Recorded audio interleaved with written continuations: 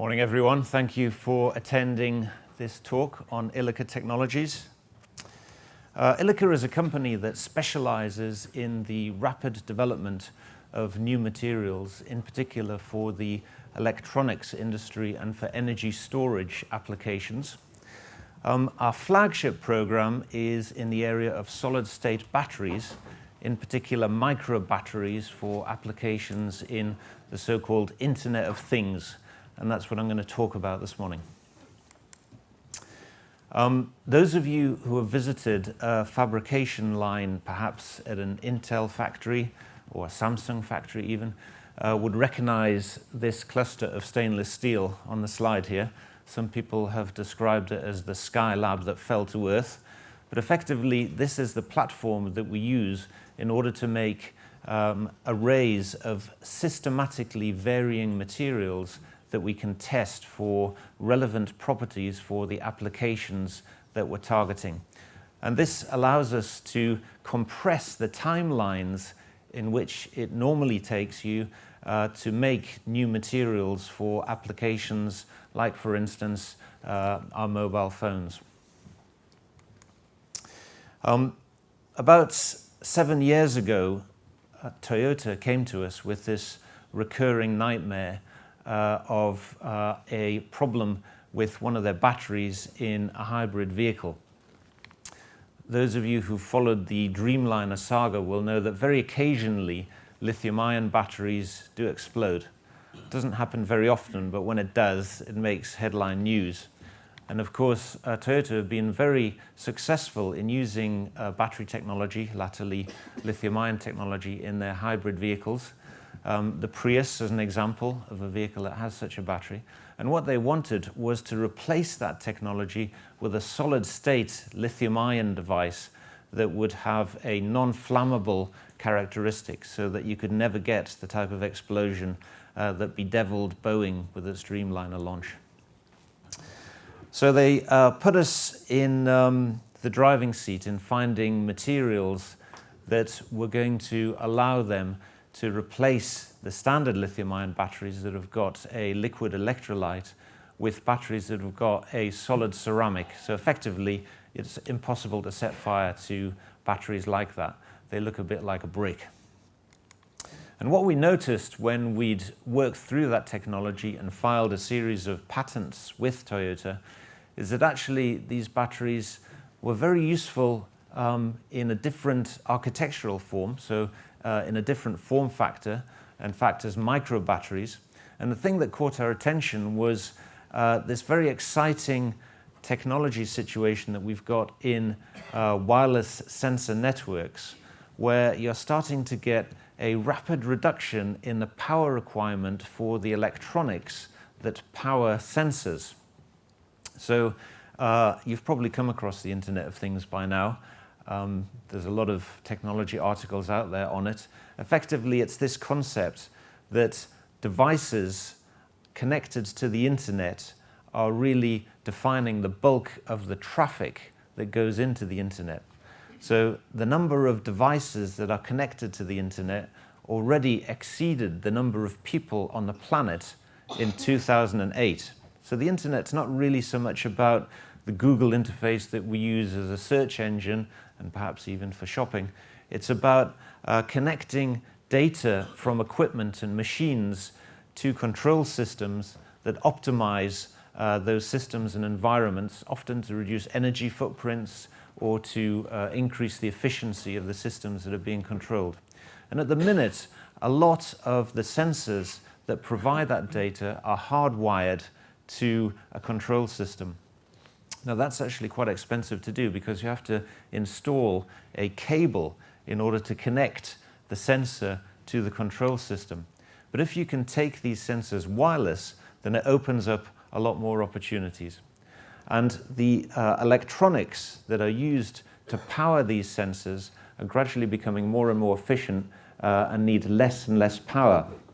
In addition to that, it's becoming possible to harvest energy from the environment, either using photovoltaic panels, so little solar cells, or vibration harvesters, which means that you can actually make these sensors fully autonomous. So the system that you'd have would have a small energy harvester, which would gather energy from the environment, usually sunlight. You'd have a battery to buffer that energy so that there was always a supply of power when the sensor needs it. You have a microcontroller, and then you have a transmitter for sending that data across your wireless network. And that allows you to connect just about anything in the world to the internet.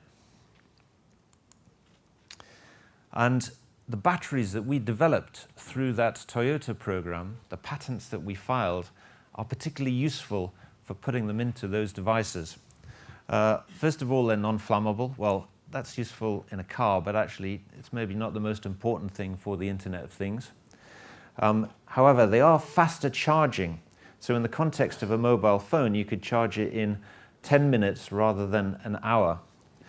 They also hold charge for a long period of time. They're very robust. They have what's known as a very low leakage current. So a normal battery, if you charge it, will gradually discharge because it's not perfect. It loses that energy that it's supposed to be charging. Whereas with these solid-state batteries, they have very well-defined interfaces, which means that they can hold charge for very long periods of time. And that means that they're suitable for controlling and holding the charge that comes from an energy harvester, which may only be producing nanoamps or microamps of current.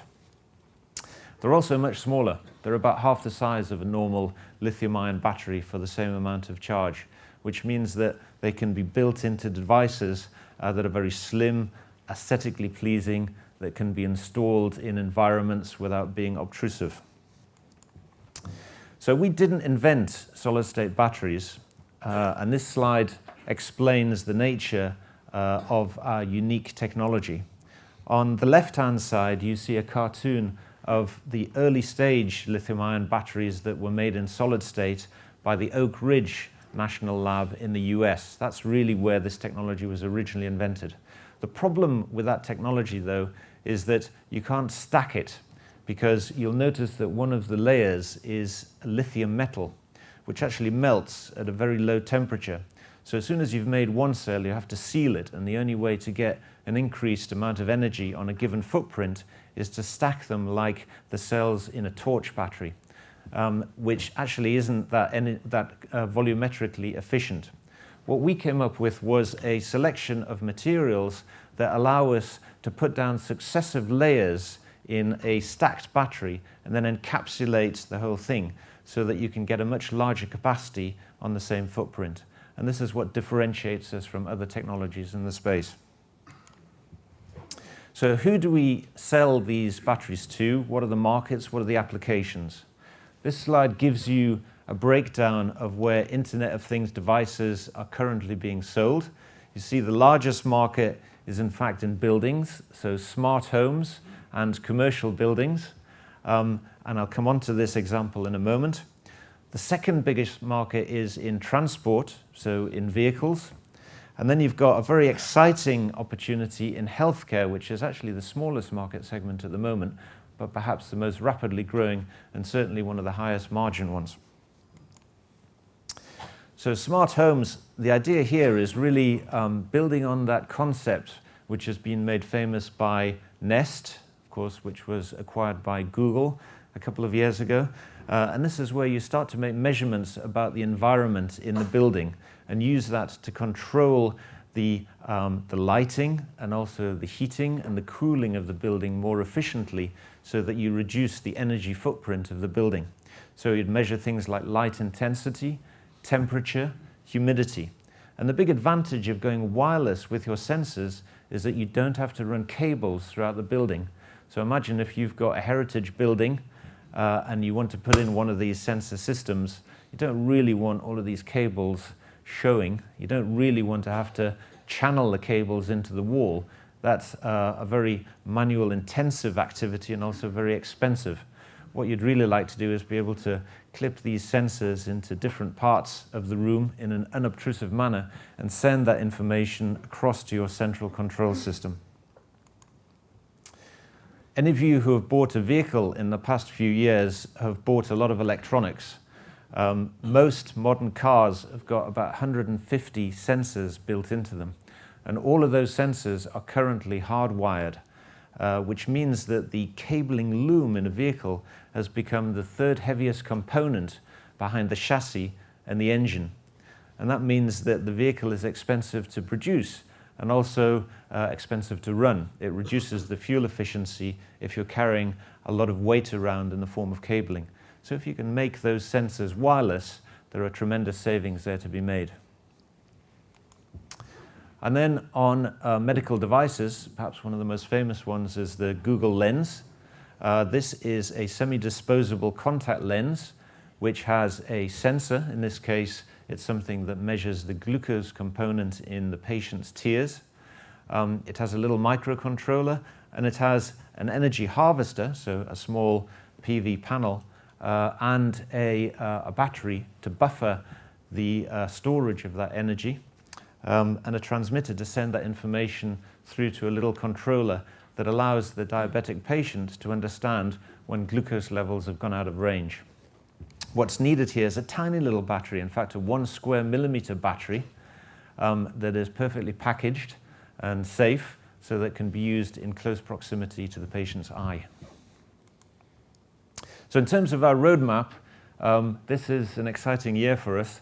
If you come and see us on our stand, you will see some batteries that actually we've code-named Pelican. We're actually a South Coast-based company.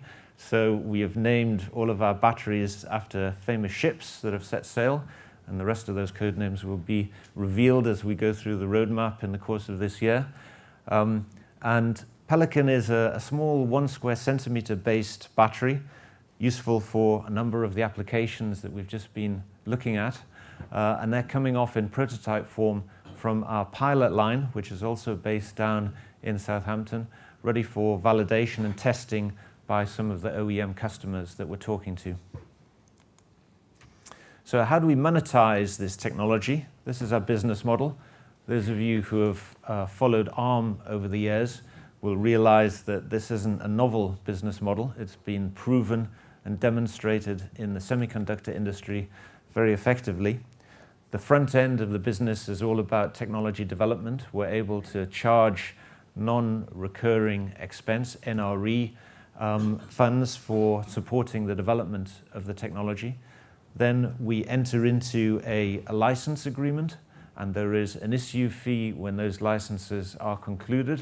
And that then leads on to royalties once the technology has been implemented in a manufactured device that is rolled out to the market. And then, of course, these licenses are non-exclusive, so you roll them out across different market sectors to different organizations who can commercialize the technology. So, in terms of what's going to happen this year, things to look out for, well, we'll be making announcements about the release of these prototype devices to the market, and we'll be releasing some performance data. In fact, you may be following us on Twitter and some of the other social media channels that we send information out on. There'll be a number of trade shows that we'll be appearing at. We're in the middle of planning that campaign at the moment.